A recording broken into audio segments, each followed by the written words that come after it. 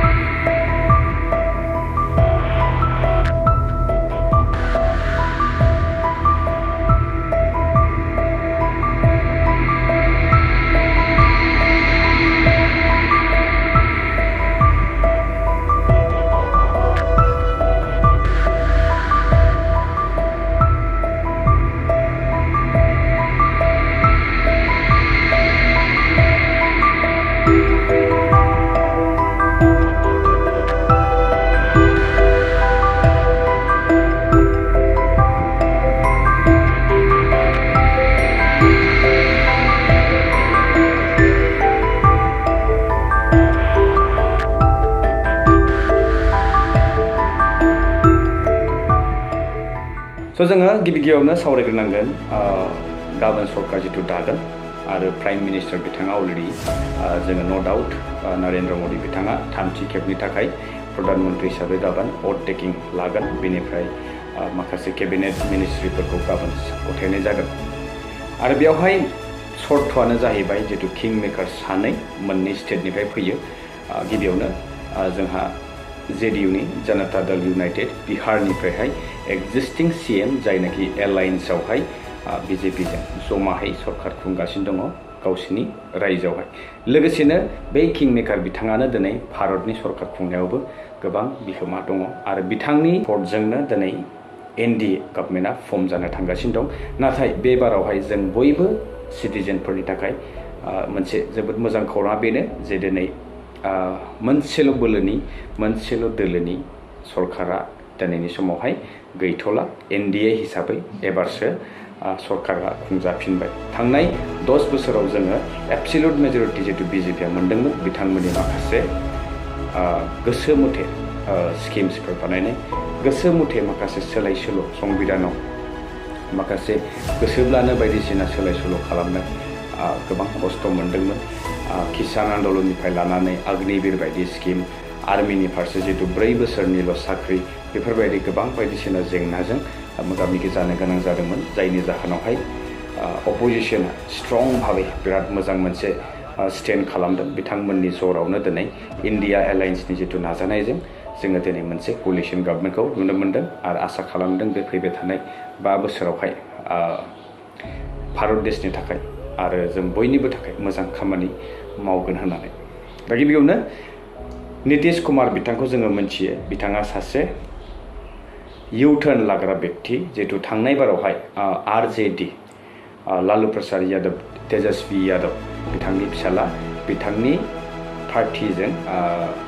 जिहेतु बिथाङाबो मोनसे एब्सोल्युट मेजरिटिथ' मोननो हायाखै नाथाय मेक्सिमाम नाम्बार अफ MLAsफोरखौ बिथाङा देरहानो हादोंमोन आरो थेवब्लाबो जोंहा मानगोनां हाग्रा महिलारि सार बिथाङा जेरै 17था सिट मोननानैबो सरकार दानो हायाखै थिग बिदिनो तेजस्वी यादवआबो सरकार दानो हायाखैमोन नाथाय सेन्ट्रेलाव जिहेतु BJP गभर्नमेन्ट दंमोन बिथांमोना नितीश कुमारखौहाय टाच खालामनानै बिथांजों स्टेटआवहाय सरकारखौ दायो आरो बेनि उनावनो जोङो मानो इउटार्न होननानै बुंदों इउटार्नआ बेनो जे बिथाङा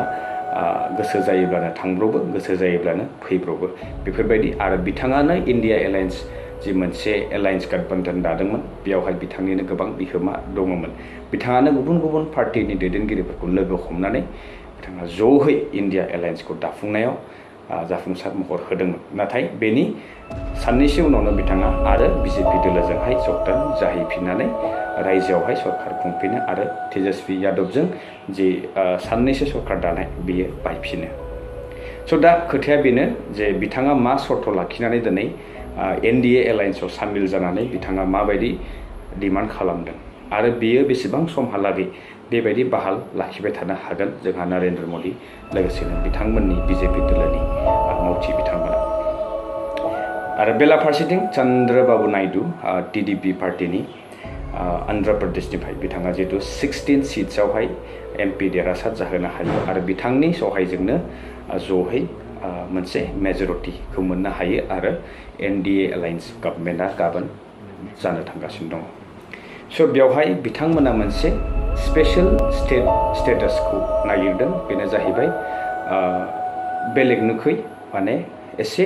स्पेशलसिन बिथांमोना स्टेटास होजानो लुबैदों बेवहाय मा जायो होनना बुङोब्ला जोङो सरासनस्रायै बुजिनो हायो जे स्पेशल स्टेटास जुदि मोनो मोनसे स्टेटआ बिथांमोना गुबुननिख्रुइहाय एसे पार्सेन्टेज बारासिन मोनो माबोरैहाय होनना बुङोबा नों माखासे सेन्ट्रेलि फान्डेड स्किम्सफोरावहाय बिथांमोना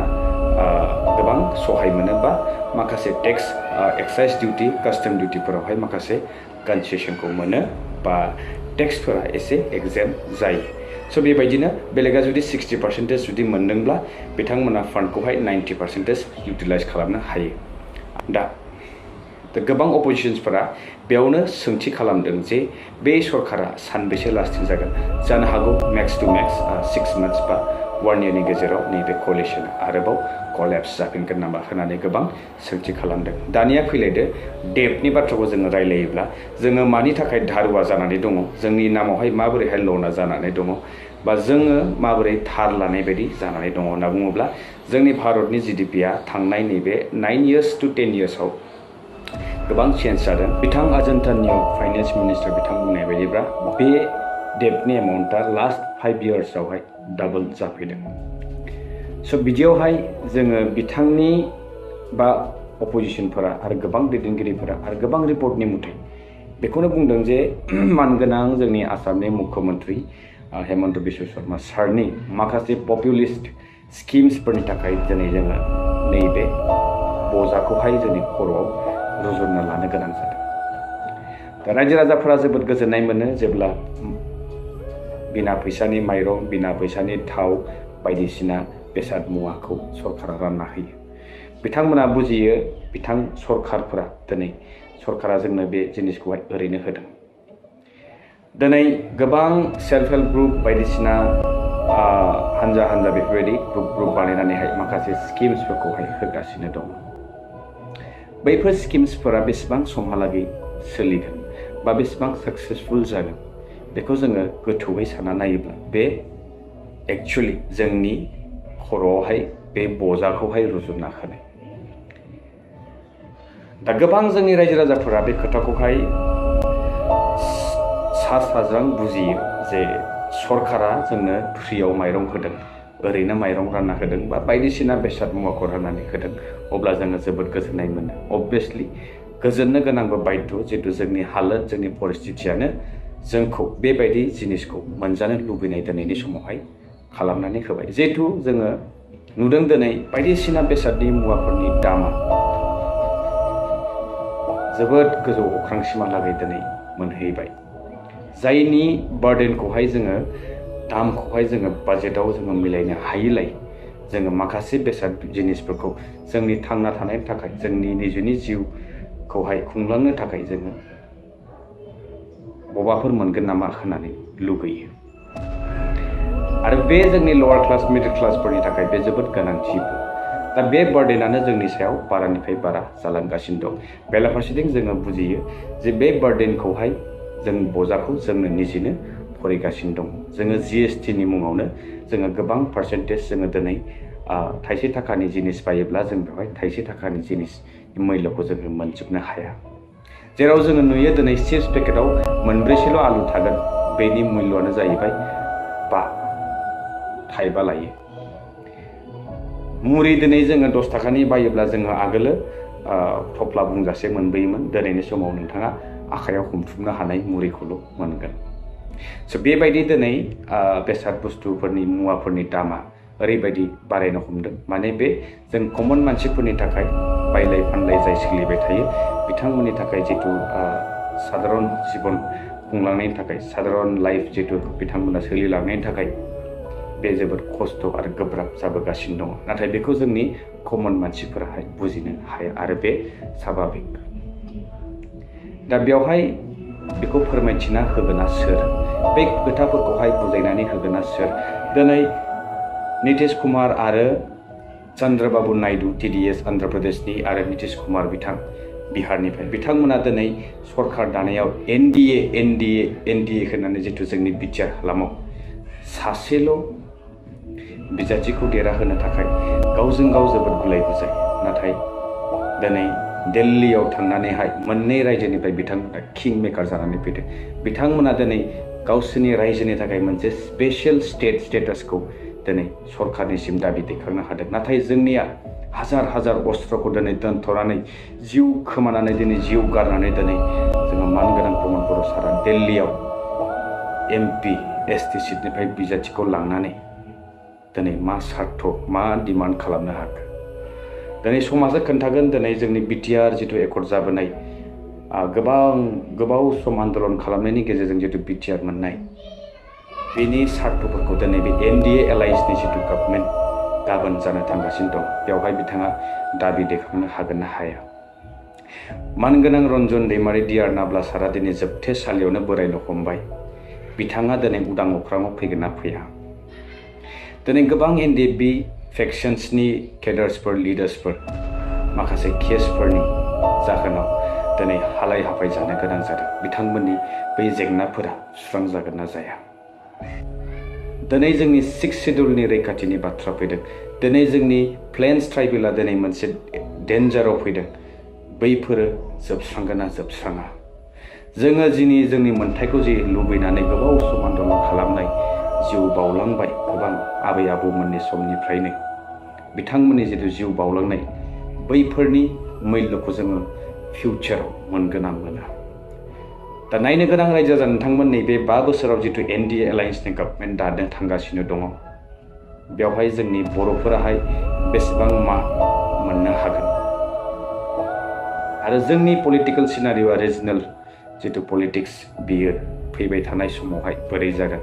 आरो जितु काउन्सिल इलेक्शन फैगासिनो दङ बेवहाय नोंथांमोननि मा राय दिनै डेप्थआव जोङो दङ नेशनेलि आरो जोङो स्टेट वाइसआव जोङो सानोब्ला आरो जोङो काउन्सिल वाइसआव सानोब्ला जोङो दिनैसिम देशआ बहा जौगालांदों रायजो लानानै खोन्दो खोन्दो बेसेबां जौगालांदों आरो जों बबेयाव गोलैसोनानै दं नैबेफोर गासिबो खोथाखौ जोङो नोजोर होनांगोन रायजोफोर बेनिखायनो जोङो गोथौयै साननानै नायनांगोन आङो एसेब्लाबो नोंथांमोननो हाजोब्लाबो आं जाखिनिखौ इनफरमेशन कालेक्ट खालामनो हादोंमोन बेखौ नोंथांमोननिसिम फोरमायनानै होबाय आसा खालामदों नोंथांमोना बे भिडिअनि गेजेरजों एसेब्लाबो माबा मोनसेब्लाबो बुजिनो हादों आरो भिडिअनि गेजेराव आंनि फारसे जुदि गोरोन्थि जादोंब्ला आं नोंथांमोननिसिम निमाहा बिनाय थाबाय आरो लोगोसेनो नोंथांमोननो जुदि बेफोरबायदि आपडेट्सफोर नांबावोब्ला प्लिज कमेन्ट बक्सआव कमेन्ट्स खालामनानै हर आरो लोगोसेनो जाय बिथांमोना दिनै आंनि चेनेलाव गोदान साबस्क्राइब खालामाखैब्ला आं खावलायो नोंथांमोना जाहाथे साबस्क्राइब खालामनानै ला जाहाथे बेफोरबायदि कन्टेन्ट्सखौ आङो कन्टिनिउसलि नोंथांमोननि सापर्टजों फैबाय थानाय समावहाय आरो मोजाङै लाबोबाय थानो हायो स' बिदिब्ला रायजो नोंथांमोन लोगो मोनसिगोन नेक्स्ट भिडिअ टिल देन स्टे टिउन बाय बाय